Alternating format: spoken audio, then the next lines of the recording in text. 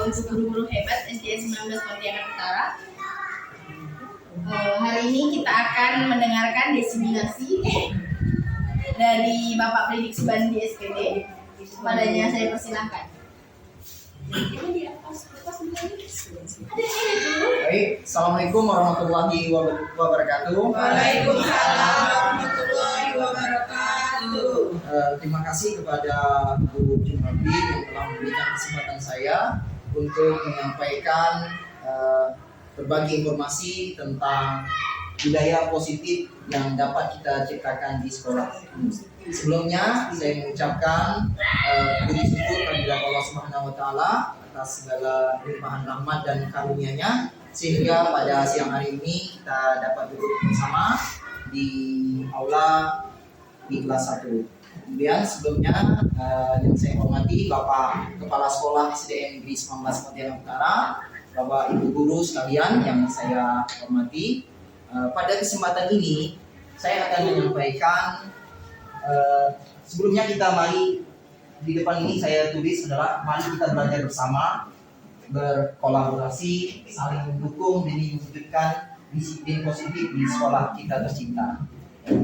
Bapak Ibu guru yang saya banggakan, saat ini saya menyampaikan ini bukan berarti saya lebih mengetahui dari Bapak Ibu.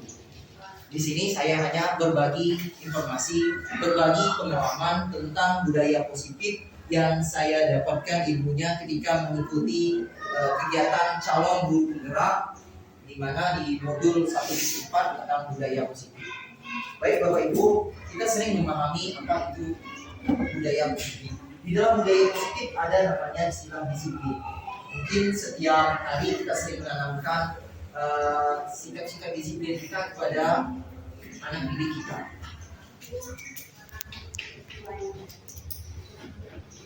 Baik, pembelajaran di kurikulum Merdeka ada istilahnya tentang terdiferensiasi, ya. Artinya mereka belajar sesuai dengan kebutuhan dan kemampuannya untuk mewujudkan Merdeka Belajar dalam profil pelajar Pancasila. Di mana dalam prosesnya kita memulai pelajaran dengan mengetahui terlebih dahulu kemampuan dasar murid kita, ya, kebutuhannya apa, minat belajarnya seperti apa. Itu yang dimaukan oleh Merdeka Belajar ini. Selanjutnya Bapak Ibu, kita lanjut ke pembahasan kita yaitu tentang kedisiplinan. Kita sangat menganjurkan sekali murid kita berperilaku disiplin. Di depan sini sudah saya menuliskan makna-makna kedisiplinan, beberapanya yang saya dapati. Kemudian kita baca bahwasanya disiplin merupakan perasaan taat dan patuh terhadap nilai-nilai yang dipercaya, yang merupakan tanggung jawabnya.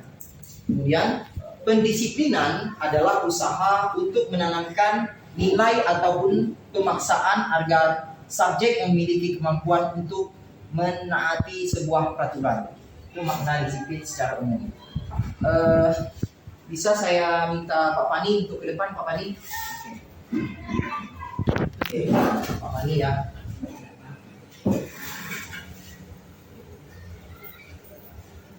Oke, Pak Pani silahkan di sini, Pak Pani. Kita coba Pak Pani. Misalkan Pak Pani ini saya anggap saja ya mempunyai sebuah barang yang sangat Pak Pani cintai. Kemudian Pak Pani tinggal. Oke, tinggal. Kemudian saya ini berusaha untuk membuka genggaman Bapak. Kira-kira mau enggak? Saya coba merayu Bapak ya, Pak. Bisa enggak, Pak? Saya menjadi sesuatu yang ada di genggaman Bapak. Ya, sesuatu yang sangat berharga. Tepuk tangan Bapak Ibu ya. Sesuatu yang sangat berharga. Oke. Terima kasih Pak Pani. Ketika saya rayu, Pak Pani tidak mau menyalahkan karena ia menganggap sesuatu yang berharga. Itu adalah budaya yang sudah diterapkan oleh Pak Pani, prinsip dan ikat yang sudah Pak Pani sampaikan. Oke. Pak Pani bisa ngambil dari belakang, Pak Pani bisa.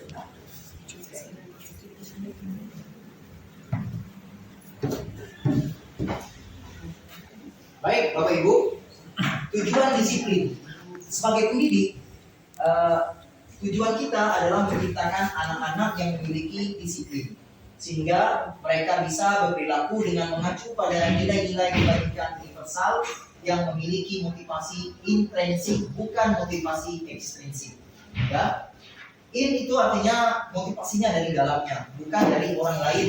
Ya, ini adalah pendisiplinan yang kita inginkan adalah ia tumbuh dari dalam dirinya sendiri. Kemudian mengacu pada kebajikan universal, misalnya ia bersikap jujur, ya, pandai bersyukur. Ini salah satu wujud-wujud dari kebajikan universal. Selanjutnya, ya, disiplin positif merupakan salah satu cara penerapan disiplin yang bertujuan untuk menumbuhkan kesadaran serta memperdaya anak untuk melakukan sesuatu tanpa ancaman maupun hukuman.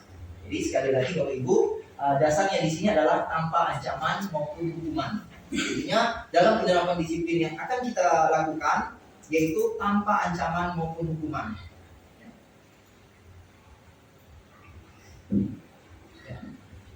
Selanjutnya, untuk mendisiplinkan, kita harus mengetahui dulu beberapa kebutuhan dasar manusia.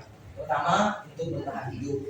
Manusia bekerja, ya, mencari nafkah, ya, untuk bertahan hidup. Kemudian setelah bertahan hidup, kebutuhan dasar manusia berikutnya adalah mendapatkan kasih sayang. Ya, setelah mendapatkan kasih sayang, ada juga kebutuhan manusia yaitu adalah kekuasaan dan kebebasan. Nah, hari ini tergantung daripada kebutuhan kita yang saat ini. Apakah kebutuhan kita saat ini bertahan hidup, mendapatkan kasih sayang, atau kekuasaan, atau kebebasan. Ini adalah motif-motif dari anak-anak kita biasanya yang berperilaku. Ya, berperilaku. Misalnya, dia mengambil jajan temannya, berarti dia ingin bertahan hidup. Kemudian misalnya dia minta perhatian, berarti dia ingin kasih sayang dari guru. Kemudian kekuasaan, misalnya dia ingin menjadi ketua dalam kelompoknya atau menjadi bagian dari di kelas-kelasnya. Kemudian ada kebebasan, artinya dia mungkin di rumah tidak banyak kebebasan, di sekolah dia ingin menjadi kebebasan, mencari kebebasan. Ya, ini adalah beberapa kebutuhan dasar manusia, terutama di sekolah kita, di anak didik kelas kita masing-masing. Ya. Selanjutnya, tujuan pendisiplinan yang tadi sudah saya sampaikan.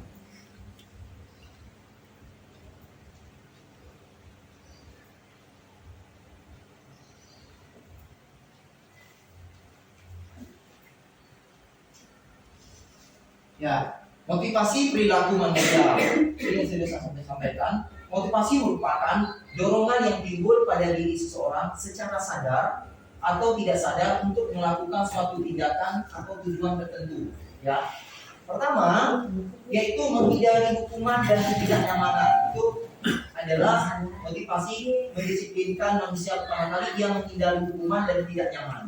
Ya, murid melakukan pendisiplinan diri karena dia takut dihukum. Ini merupakan motivasi ekstrinsik. Berarti ia tidak mau dihukum karena dia memang menghindari hukuman dan ketidaknyamanan tersebut. Ya. Selanjutnya, ya, motivasi yang kedua adalah mendapatkan imbalan atau penghargaan dari orang. Kadang-kadang murid melakukan disiplin ini karena ia ingin mendapatkan imbalan. Ini juga motivasi ekstrinsik yang ada pada murid. Jadi Bapak Ibu, kadang-kadang murid kita terlihat aktif, terlihat lebih menonjol. Mungkin kadang-kadang dia perlu imbalan berupa penghargaan dari orang lain. Makanya tidak salah kalau kita mengucapkan terima kasih atau memberikan jempol kepada murid-murid kita. Saya yakin Bapak Ibu sering memberikan jempol atau ucapan terima kasih atau hebat atau kata-kata yang membangkitkan motivasi anak-anak supaya mereka ingin semuanya aktif dalam belajar. Ya, selanjutnya motivasi yang berikutnya adalah menghargai nilai-nilai kebajikan diri sendiri. Inilah disiplin yang kita inginkan. Ia ingin menghargai nilai-nilai kebajikan dirinya sendiri. Murid melakukan disiplin diri karena sadar akan nilai kebajikan dirinya. Ini merupakan motivasi intrinsik. Jadi Bapak Ibu, yang perlu kita tanamkan dari sekarang ini adalah yaitu motivasi yang tumbuh dari dirinya sendiri, kedisiplinan yang tumbuh dari dirinya sendiri, ya, bukan dari mengharapkan imbalan atau ketakutan atau penghukuman. Di sini ada beberapa konsep disiplin dengan identitas identitas gagal. Pertama dengan hukuman.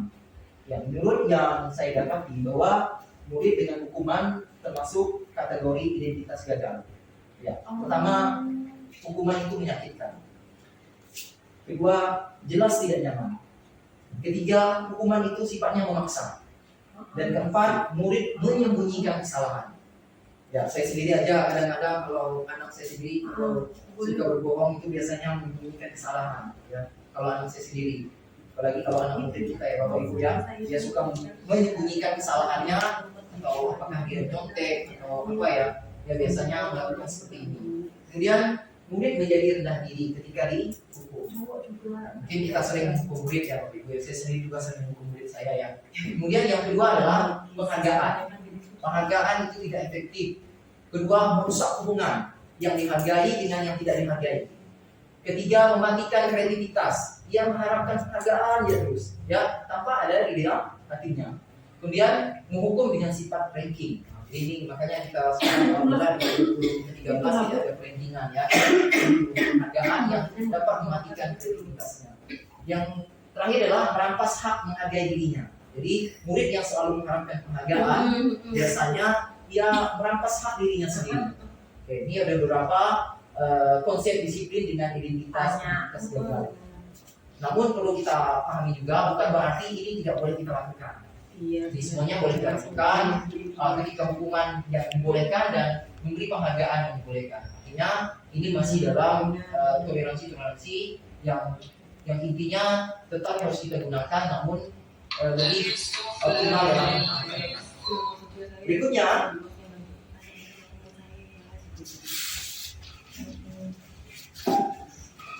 dengan identitas sukses, yaitu berupa konsekuensi, restitusi. Pertama Bapak Ibu, konsekuensi dengan menguatkan jangka pendek. Jadi konsekuensi ini penguatannya hanya jangka pendek. Dua, monitoring berkelanjutan. Tiga, stimulus respon. Artinya ketika ada sesuatu baru ada respon. Ada sebab, ada akibat. Murid menghormati peraturan. 5. Kehilangan waktu mengurangi kesalahan. Keheningan waktu untuk mengurangi kesalahan. Misalnya kita pukul meja, ini misalnya ya. Itu beberapa konsekuensi. Misalnya ada murid yang berperilaku tidak baik, terus kita melakukan stimulus respon, kita dengan biasanya seperti itu, ini sebentar. Lalu lanjut dibuat lagi. Ya, itu ada contoh-contohnya. Penguatannya hanya berjangka pendek. Ya. Yang terakhir adalah identitas sukses, yaitu murid bertanggung jawab atas perilakunya. Fokus terhadap pemecahan jangka panjang. Ketiga, murid menghormati diri dan orang lain. 4, murid bersemangat memperbaiki kesalahan. Nah, Bapak Ibu, poin yang akan kita pelajari di sini adalah restitusi. Ini yang mungkin Bapak Ibu sudah pernah dengar, mungkin ya ada yang sudah pernah dengar atau yang baru dengar ya. Ini bentuk restitusi yang akan saya paparkan nantinya. Ya. Gimana Bu Fitri? Bertanya tentang restitusi. Oke, ini pengertian restitusi. Pengertian restitusi. Ya. Sekali lagi bahwasannya konsep pendisiplinan ini adalah pendekatan yang saya gunakan. Konsepnya pendekatan restitusi. Karena konsep pendisiplinan itu banyak sekali. Satu di antaranya pendekatan restitusi. Ya. Sebuah cara menanamkan disiplin pada murid. Ya. Kita lihat pengertiannya. Restitusi adalah proses menciptakan kondisi bagi murid untuk memperbaiki kesalahan mereka sehingga mereka bisa kembali pada kelompok mereka dengan karakter yang lebih baik. Ini menurut Jensen tahun 2004 ya.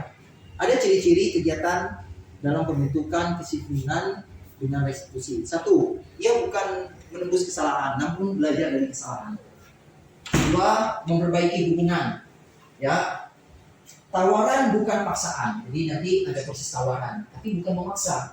Kemudian menuntun untuk melihat ke dalam diri, mencari kebutuhan dasar yang mendasari tindakan. Nah, itu tadi ada kebutuhan dasar manusia. Kita akan bertanya, oh dia ini kebutuhan dasarnya apa? Bertahan hidup? Apakah kebutuhan dia melakukan kesalahan tadi ingin mencari kesenangan atau apa? Apa Bapak Ibu tadi motivasi manusia? Bu Fitri tadi apa? Kekuasaan. Kekuasaan, ya betul sekali. Terima kasih mereka betul sekali ya, kekuasaan. Jadi itu yang mendasari beberapa karakter manusia ya. Kemudian fokus pada karakter bukan tindakan.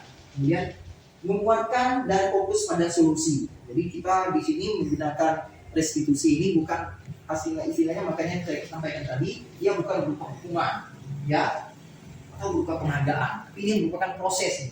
Di sini ada prosesnya. Selanjutnya ya, contoh kasus ya, ini kasus dalam penerapan disiplin positif ini. Contoh kasus siswa tidak mengerjakan PR. Ini kalau dihukum, nih dengan menggunakan sistem hukuman. Guru menghukum siswa berdiri selama 10 menit. Padahal Bapak Ibu kalau kita urutkan apa hubungannya berdiri 10 menit dengan mengerjakan PR. Nah, ini tadi hukuman. Karena hukuman itu sifatnya tidak enak, tidak nyaman ya. Oke. Dua, guru marah dan murid menjadi takut. Guru marah dan murid menjadi takut. Bayangkan kalau guru marah, murid menjadi takut, berarti ini jelas hukuman. Ada ancaman. Kemudian yang konsekuensi. Jika guru menerapkan konsekuensi, guru memberikan konsekuensi untuk mengerjakan PR-nya saat istirahat atau dikerjakan 3 kali lipat. Berarti dia dalam bentuk konsekuensi.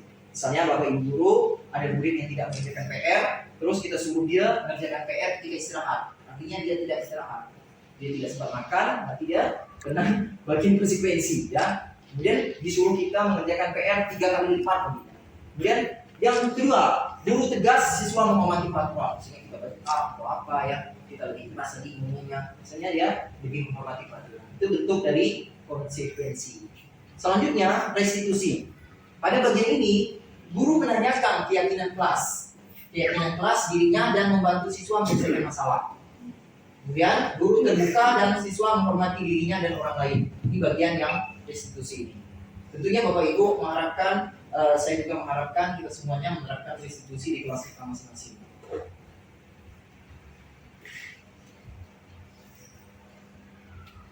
Ya, 5 posisi kontrol restitusi. 1. Penghukum. 2. Pembuat rasa bersalah. 3. Teman. 4. Pemantau. 5. Manajer. Ini mungkin Bu Andi ya, manajernya. Pertama penghukum. Bapak Ibu, kita ada di posisi mana ya? Jika ada murid salah, apakah kita di posisi penghukum atau kita pembuat rasa bersalah? Nah, itu kamu tadi, ibu mau bilang apa tuh? Itu bagian buat bersalah. Atau teman, tadi kan, dan kali dan itu lagi ya. Itu biasanya teman, guru yang menganggap teman. Itu Bu Eka itu biasanya, dan kali dan itu lagi ya. Atau pemantau, nah, pemantau. Kemudian manajer, ada bagian manajer. Ini ada bagian posisi kontrol yang pernah kita lakukan semuanya.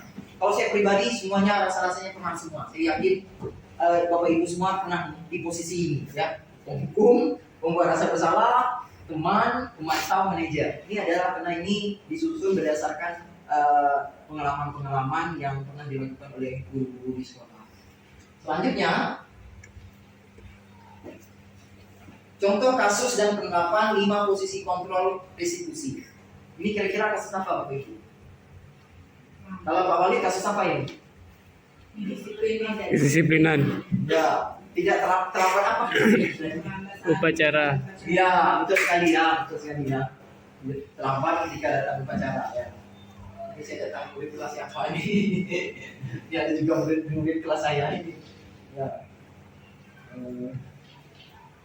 Oke, Bapak Ibu, ketika kasus siswa tidak memakai atribut lengkap dia, tidak memakai atribut lengkap atau terlambat tadi. Pertama, kalau kita bagian penghukum, kita akan mengatakan patuhi peraturan sekolah lalu berdiri di depan barisan. Tadi anak-anak berbaris ya. Berarti kita di bagian penghukum. Kedua, pembuat rasa bersalah. Tentu Bapak Ibu ya, berapa kali sudah Bapak sampaikan? Ya. Bapak kecewa dengan kamu, sudah diingatkan beberapa kali pakai topi masih tidak diingat. Berarti kita bagian buat rasa bersalah. Kedua yang menganggapnya teman. Ayolah, ayo yang tertib. Bapak bangga kali ini tidak apa-apa lah kamu tidak pakai topi, tapi besok pakai ya, minggu depan pakai ya. Itu berarti bagian teman. Kedua pemantau. Kita mengatakannya seperti ini murid kita. Kamu sudah menganggap apa peraturan dan konsekuensi. Jadi dia tahu peraturannya memang harusnya pakai seragam Pak, misalnya anak kayak gitu. Konsekuensinya tahu Pak baris. Ya seperti itu murid-murid kita. Kalau bagian manajer, ya bagian apa sih? Bagian Bu Andi tentunya ya. Apakah kamu tahu kesalahanmu? Kira-kira bagaimana yang akan kamu memperbaiki kesalahan? Ya, ini sebenarnya sudah pernah Bapak Ibu sampaikan ke murid-murid kita semuanya ya. Cuma kadang-kadang kita di sini lebih spesifik sekali, di mana apa yang kita sampaikan itu sesuai dengan permasalahannya, namun kita tidak pernah mencatat atau kita tidak pernah membagi-baginya. Ini bagian hukum, rasa bersalah, teman, mantau atau manajer ya. Jadi, apakah kamu tahu kesalahanmu? Kira-kira bagaimana kamu memperbaiki kesalahanmu? Itu contoh seorang manajer yang melakukan 5 posisi kontrol restitusi. Oke.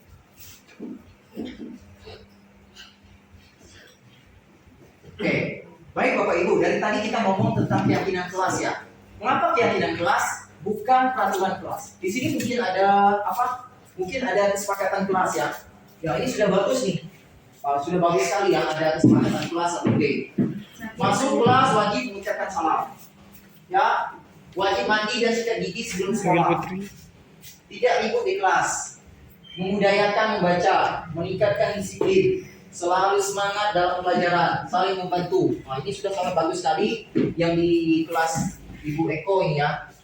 Angkat tangan atau meminta izin sebelum bicara. Mengerjakan tugas dengan sungguh-sungguh. PR dan tugas proyek wajib dikerjakan dengan benar.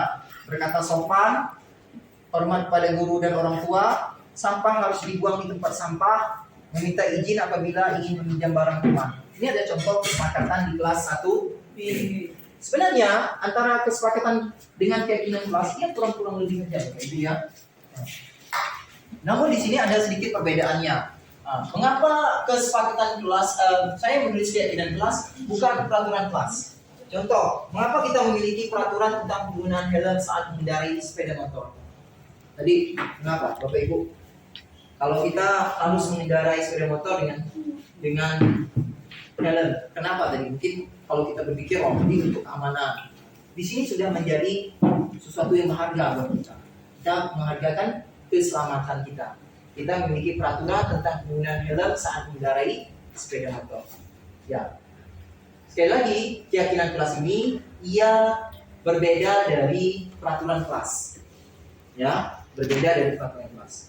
Baik, kita simak berikutnya, slide berikutnya.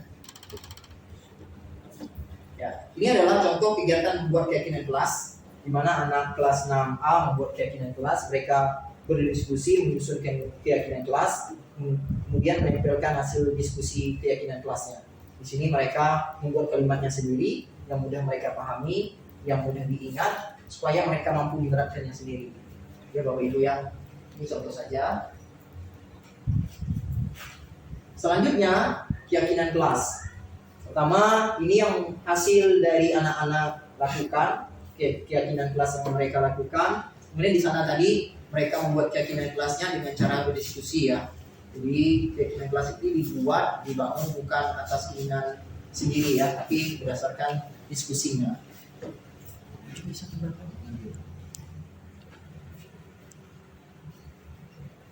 Oke, yang pertama disiplin waktu. Ini kalimatnya sederhana, disiplin waktu. Bapak Ibu kalau membuat kalimat seperti ini kan anak-anak kita dengan ingatnya disiplin waktu. Kemudian belajar dengan semangat dan percaya diri. Kemudian menghormati guru dan teman, saling menjaga kebersihan dan keindahan, jujur dan bertanggung jawab. Kemudian menerapkan 5S, dan yang berikutnya saling membantu dan bekerjasama. Ini adalah contoh keyakinan kelas yang dibuat oleh kelas 6A. Ada Bapak Ibu nanti silahkan coba membuat keyakinan kelas sendiri. Kalau bisa itu yang membuatnya anak-anak kita tinggal dorongkan saja supaya mereka bertanggung jawab terhadap apa yang dalam hidup mereka, apa yang sudah mereka lakukan. Ya, ini adalah contoh keyakinan kelasnya.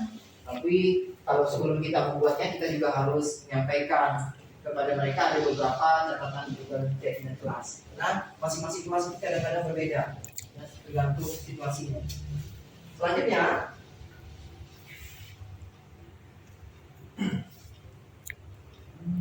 ya bagaimana membentuk keyakinan kelas?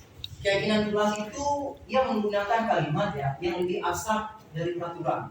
Artinya dia tadi lebih contoh datang tepat waktu. Peraturan kan panjang, biasanya peraturan sekolah itu agak lebih panjang ya.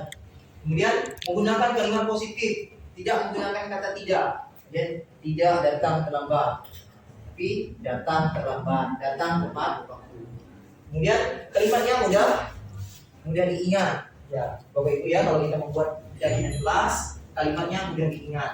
Kemudian berupa pernyataan yang sifatnya universal, berupa kebajikan universal. Kemudian sesuai dengan kondisi kelas atau sekolah kita. Ini yang saya penting. Karena kondisi kelas 6 dengan kelas 4 berbeda-beda ya. Apalagi kondisi kelas yang ada di sana misalnya di Parit kelas kita akan berbeda dengan yang di sini ya. Dibuat oleh warga kelas dan melibatkan semua siswa. Jadi semua siswa kita di sini yang berperan dalam membuat keyakinan kelas ini. Sekali lagi lebih abstrak dari peraturan. Juga menggunakan kalimat yang positif, kalimatnya mudah diingat, berupa pernyataan universal, sesuai dengan kondisi kelas atau sekolah, dibuat oleh warga kelas dan melibatkan semua siswa.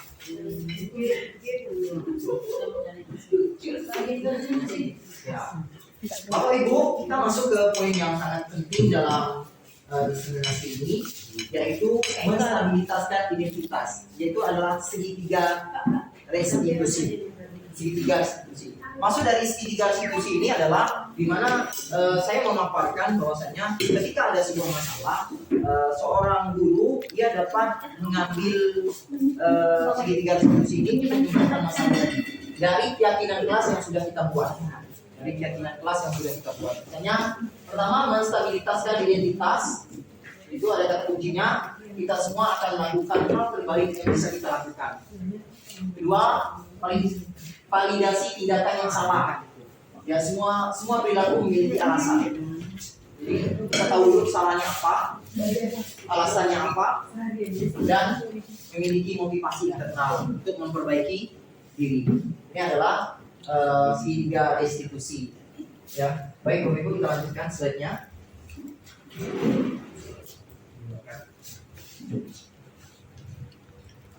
Ya, ini ada contoh penerapan segitiga restitusi.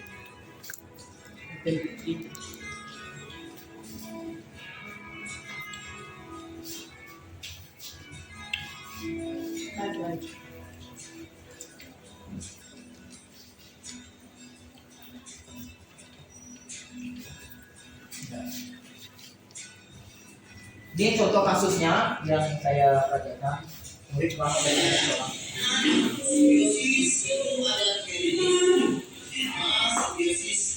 Ini hanya contoh kasus saja Bapak Ibu ya.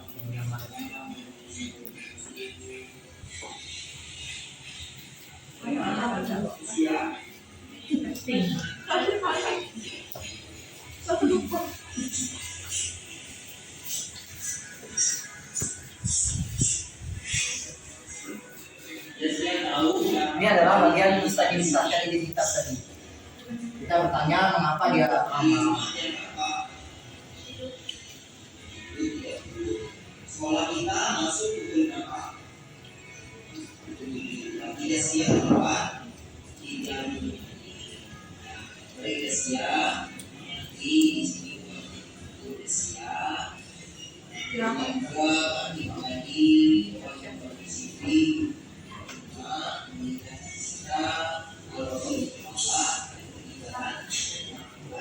Di sini Bapak Ibu kita harus memanggil anaknya sendiri ya, jangan di depan teman-teman. Makanya kelasnya kosong.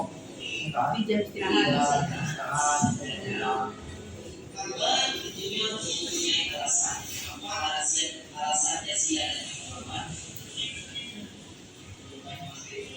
Anaknya boleh sampai di malam. Bisa main HP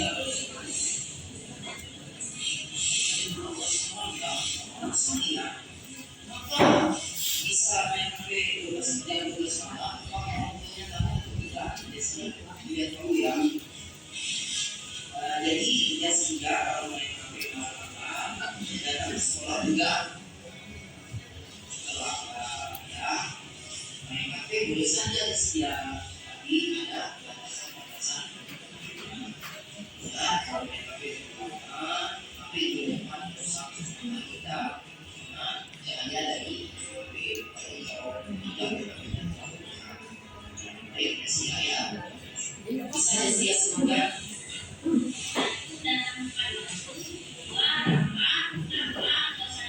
Ya, ini keyakinan kelas yang sudah kita buat.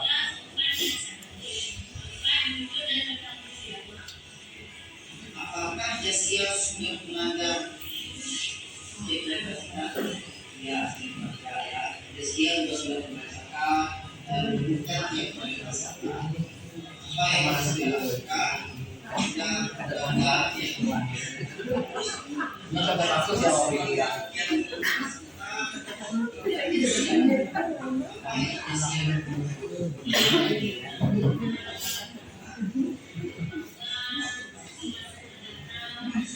Ya, ini murid menceritakan, memberikan solusinya sendiri. kira-kira kapan Jasia bisa memulai lakukan salahnya baik Jasia sehingga apa yang Jasia lakukan tidak terulang kembali dan Jasia menegakkan kembali kondisi. Terima kasih Jasia. Ini kasus kedua Bapak Ibu ya, yang membuat dua kasus ya. Siswa menyontek saat ulangan.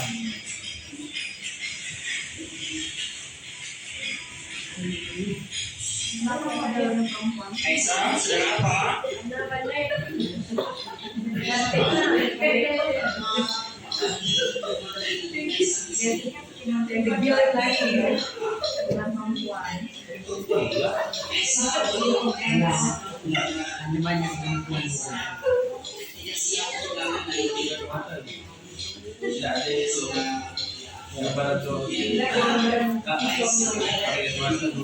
Menstabilkan identitas ya Bapak Ibu ya. Kita bertanya mengapa dia sampai mencontek gitu.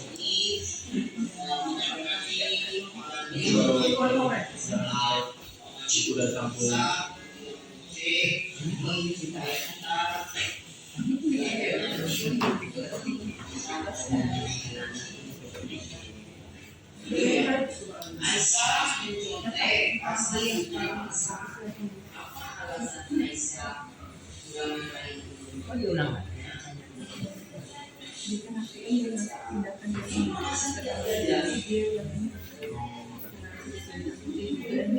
Kita mencari apa? Menanyakan alasan-alasan anak-anak melakukan pelanggaran.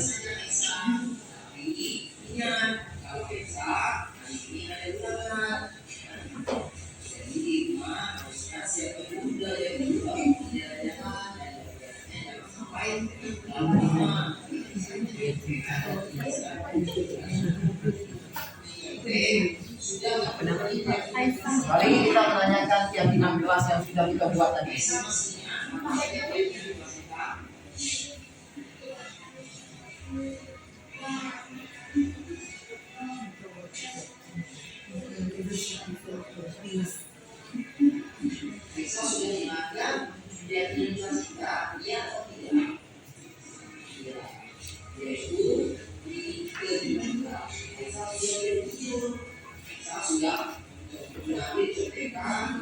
Ini anak-anak melaporkan kesalahannya Bapak Ibu ya.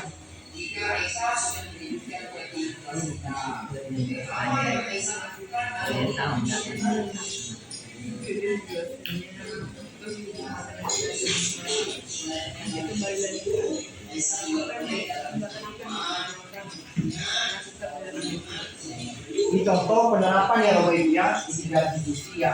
Perhatikan, boleh Bapak Ibu coba. Bagus sekali. Ya. Jangan dicoba.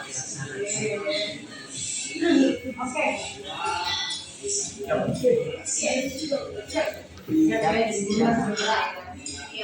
Jangan di tempat.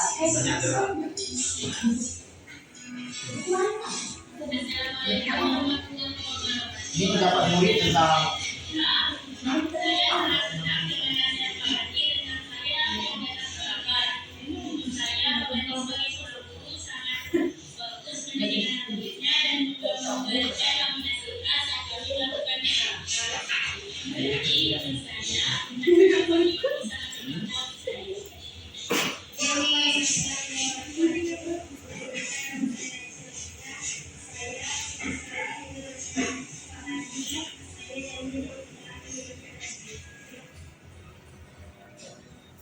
itu adalah kesimpulan dalam penanganan kasus Bapak Ibu yang saya ambil. Itu guru sebagai manajer pembelajarannya.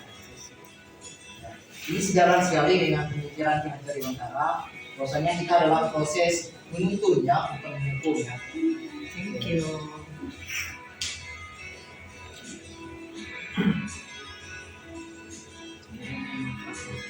Bergerak juga kita harus bergerak dan menggerak.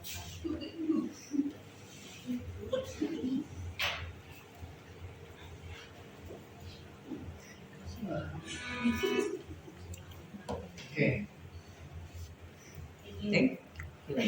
Dalam penerapan program disiplin pendidik tadi, hendaknya kita memperhatikan ya, terutama dalam penerapan program ini, hendaknya dulu memiliki standar kepribadiannya dulu, ya personal dan sosialnya juga baik. Kemudian guru mampu merefleksikan pada posisi kontrolnya yang menjadi diri menjadi lebih baik. Guru sebagai among atau manajer menuntun murid menjadi insan yang mandiri, merdeka dan bertanggung jawab. Baik Bapak Ibu, masih ada waktu, kita coba membuat keyakinan kelas dulu ya. Dan buat sederhana saja, nanti tinggal Bapak Ibu sepakat ya. Ini contoh saja membuat keyakinan kelas. Silahkan menggunakan apa bentuk kata-kata dari kesepakatan kelas ya. Baik Bapak Ibu, saya bagikan dulu ya. Ya Pak.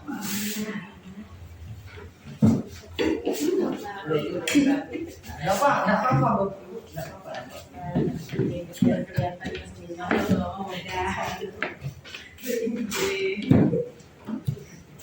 Oke, silakan kita buat keyakinan kelasnya. Satu orang minimal 5 lah ya. Bu ada kopi? Kopi enggak?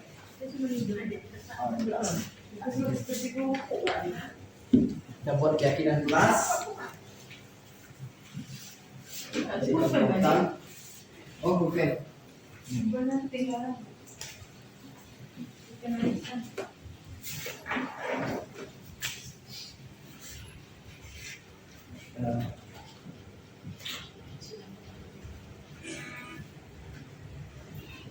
Ini ada beberapa contoh keyakinan kelas. Silakan kita ini di kelas saya. Ini hanya di kelas saya saja. Di kelas Bapak Ibu silakan.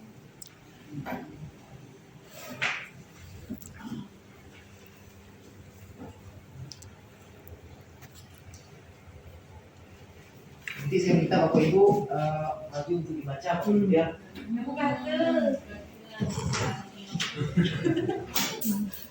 Kecuali yang bumil nggak usah berdiri lah. Dispensasi. Ini contoh keyakinan kelas, disiplin tepat waktu. Kita tidak menggunakan kata jangan. Ya. Jangan menggunakan kata ini Bapak Ibu ya, yang negatif ya.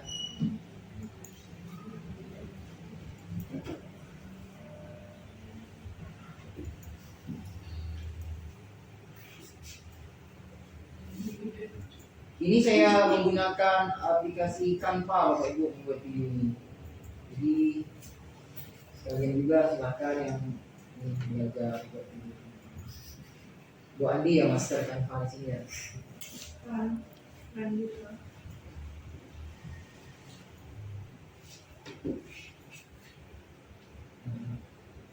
Slide berapa ini?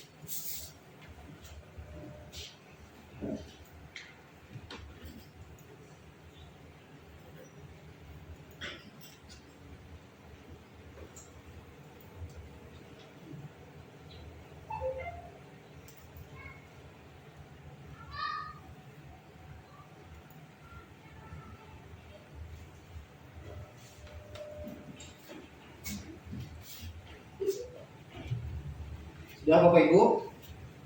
Kita nanti mau coba membacakannya.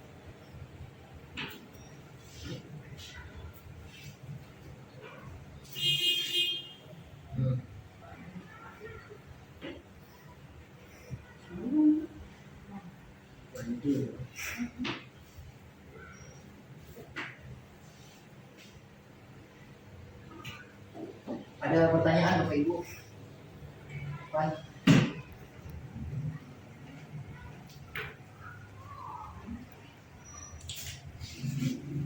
Oke, silakan Bu Andi.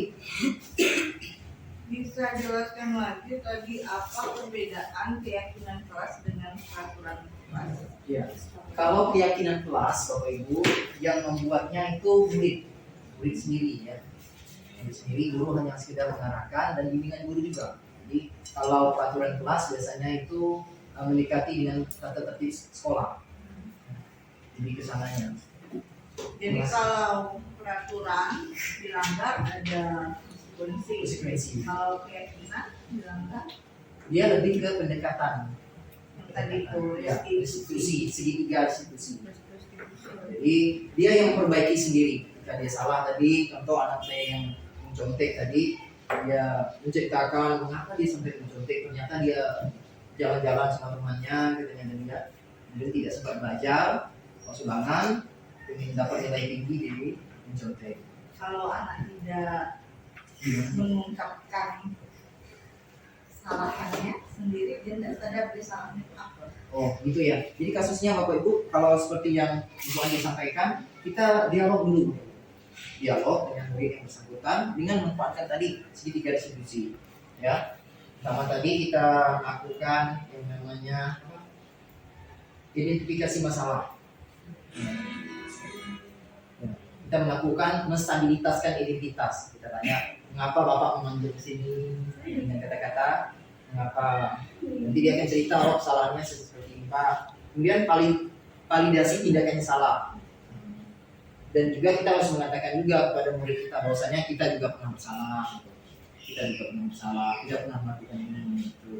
Jadi anak-anak kita merasa tidak bersalah. Artinya dia merasa bersalah, tapi dia tidak merasa kita sedang menghukumnya. Ya. Dia hanya menceritakan penyebab yang melakukan sebuah kesalahan. Nah, kemudian baru kita memperbaikinya di sini, menanyakan keyakinan kelas kita. Sinilah dia menceritakan solusi di dirinya sendiri. Contoh tadi yang bangun kesiangan, merasa alarm, tidurnya tidak larut malam. Oke, Bapak Ibu, ada yang sudah? Oke, Bu Fitri bisa bacakan Bu Fitri hasilnya Bu Fitri? Ya, berdiri ya Bu Fitri ya, biar nampak di video. Oke. Oke, Assalamualaikum warahmatullahi wabarakatuh. Salam warahmatullahi wabarakatuh. Beberapa keyakinan kelas yang sudah saya buat, diantaranya yang pertama, budaya di S5, disiplin, senyum, sapa, salam, sopan, dan santun. Yang kedua, datang dan pulang sekolah tepat waktu. Yang ketiga, berpenampilan bersih, rapi, dan sopan. Keempat, melaksanakan piket kelas sesuai dengan jadwal yang telah disepakati.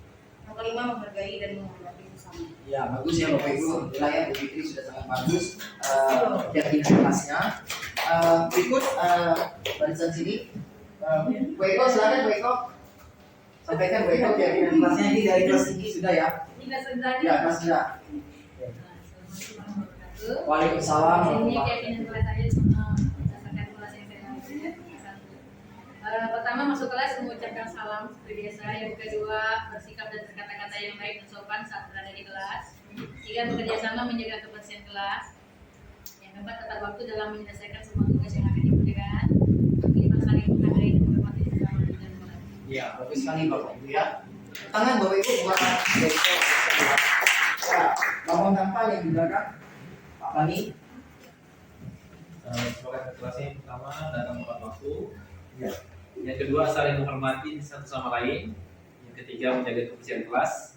Yang keempat kompak dan bertanggung jawab. Dan kelima lulus. Iya, masih Pak Fani mantap sekali. Bu Emel silakan Bu Emel. Satu. Keyakinan kelas kesepakatan gampangnya tuh biar gampang dihafal oleh anak-anak. Itu A B C D E. Wah, mantap tuh. A, B, C, D, E, ya. Wah, mantap sekali. 1. A-nya aktif, B-nya berprestasi, C-nya cerdas, D-nya demokratis, E-nya efektif dalam menggunakan waktu. Mantap ya, Beda. Ini tidak lancar kalau kita bacakan semua ya, Bapak Ibu ya. Bu Eka, silakan.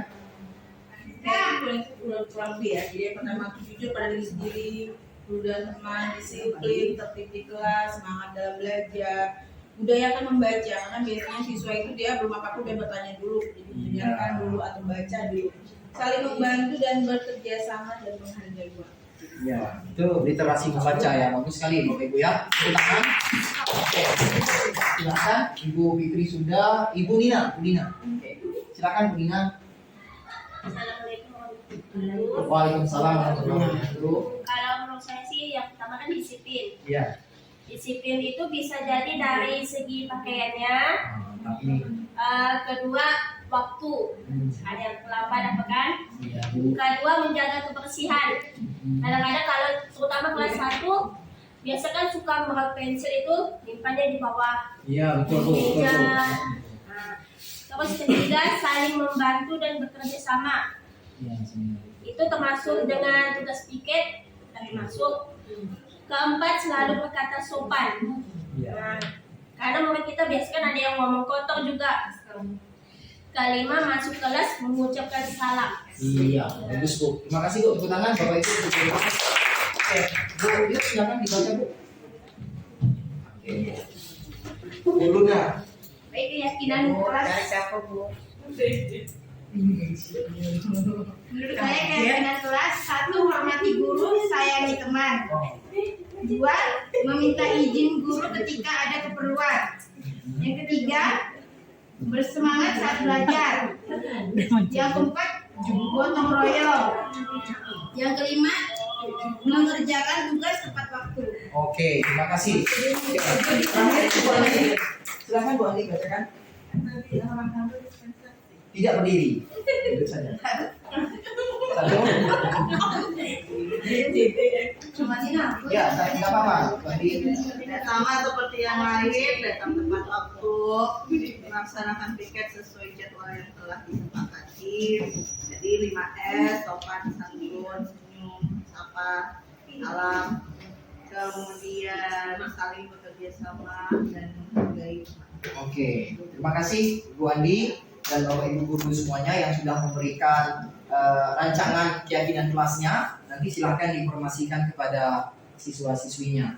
Kemudian Bapak Ibu yang saya hormati, apa yang Bapak Ibu sampaikan itu sudah sesuai dengan profil pelajar Pancasila. Semoga saja kita mampu menerapkannya di kelas kita masing-masing.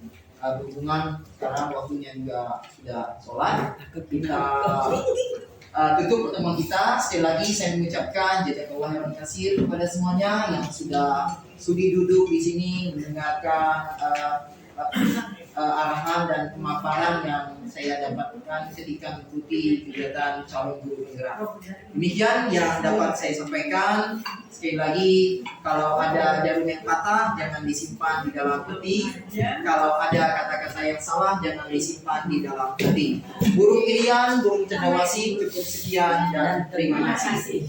Assalamualaikum warahmatullahi wabarakatuh. Waalaikumsalam warahmatullahi wabarakatuh. Assalamualaikum warahmatullahi wabarakatuh.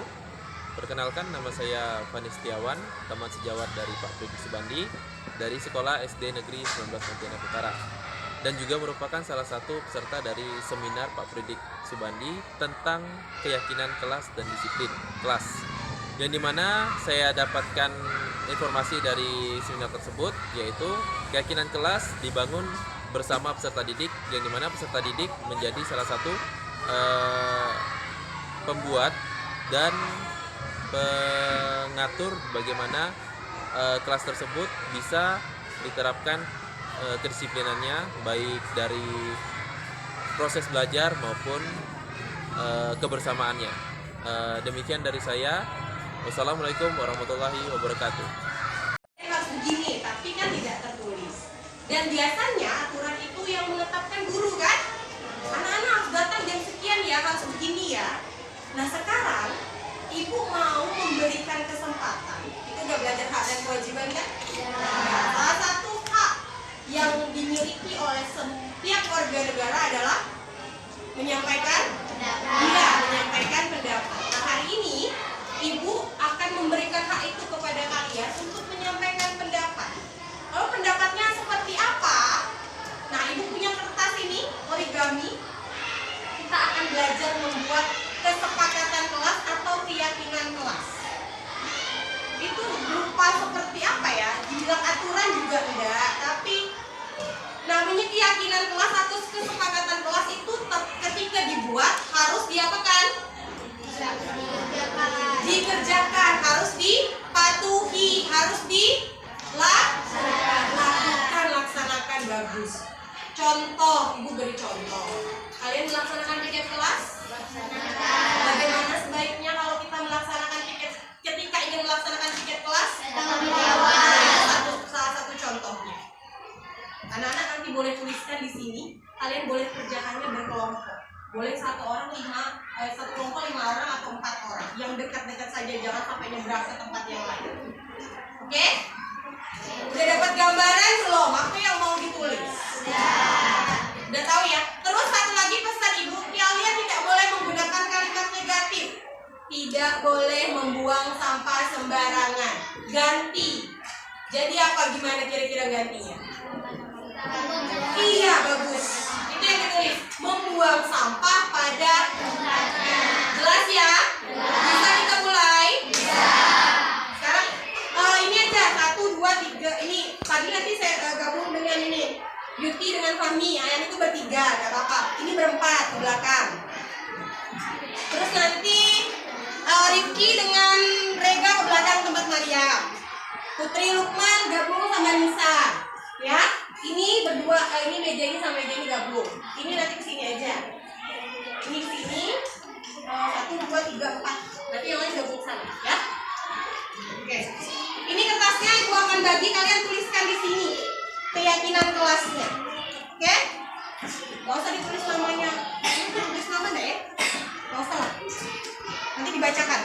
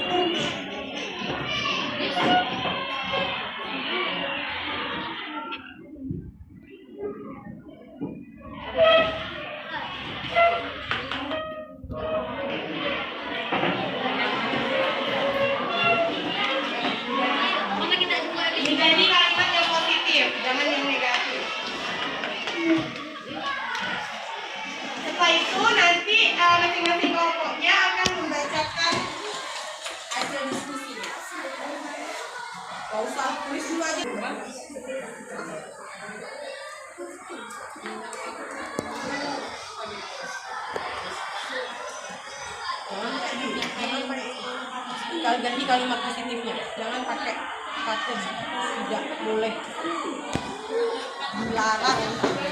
Ganti kalimatnya.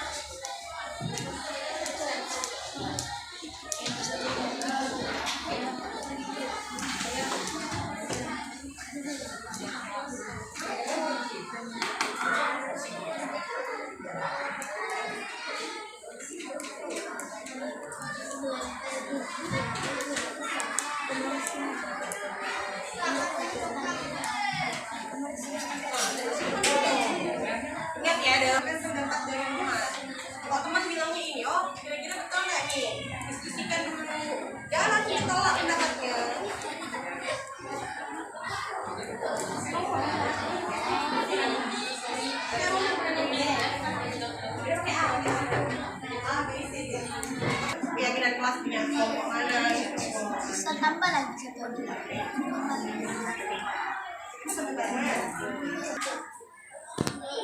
Oke, sudah ya. Sekarang Ibu minta masing-masing kelompok untuk membacakan hasil diskusinya. Siapa yang mau duluan? Oke, kelompok ini dulu ya. Oke, silakan Mami. Mami berdiri. Bacakan agak keras. Tiket kelas hadir lebih awal, atribut harus lengkap, harus menjaga ketertiban, keindahan, kenyamanan, keamanan kelas, buang sampah pada tempat. Oke, buang sampah pada tempatnya. Tepuk tangan dulu untuk siapa lagi yang mau membacakan? Ini dulu ya. Hemat, jadi dibacakan lagi. Ya, salam. Assalamualaikum warahmatullahi wabarakatuh. Waalaikumsalam warahmatullahi wabarakatuh. Saya atas nama Ahmad ingin menyampaikan kesepakatan kelas. Keyakinan kelas. Hadir di kelas tepat waktu, membuang sampah pada tempatnya, mengangkat tangan ketika akan bertanya. Tiket kelas hadir tepat waktu, menjaga kebersihan kelas, menjaga ketertiban kelas. Sekian dari kelompok saya, terima kasih. Oke, tepuk tangan untuk kelompok Ahmad. Oke, kelompok lagi, kelompok putih ya. Silakan. Assalamualaikum warahmatullahi wabarakatuh. Waalaikumsalam warahmatullahi wabarakatuh. Saya akan menyampaikan keyakinan dari kelompok saya. 1. Hadir di kelas tepat waktu. Tiket kelas hadir lebih awal. Membuang sampah pada tempatnya. Berpakaian seragam sesuai ketentuan pakaian seragam di sekolah. Menerapkan DS5, disiplin, senyum, sabar, sopan, dan santun. Terima kasih. Wassalamualaikum warahmatullahi wabarakatuh. Waalaikumsalam.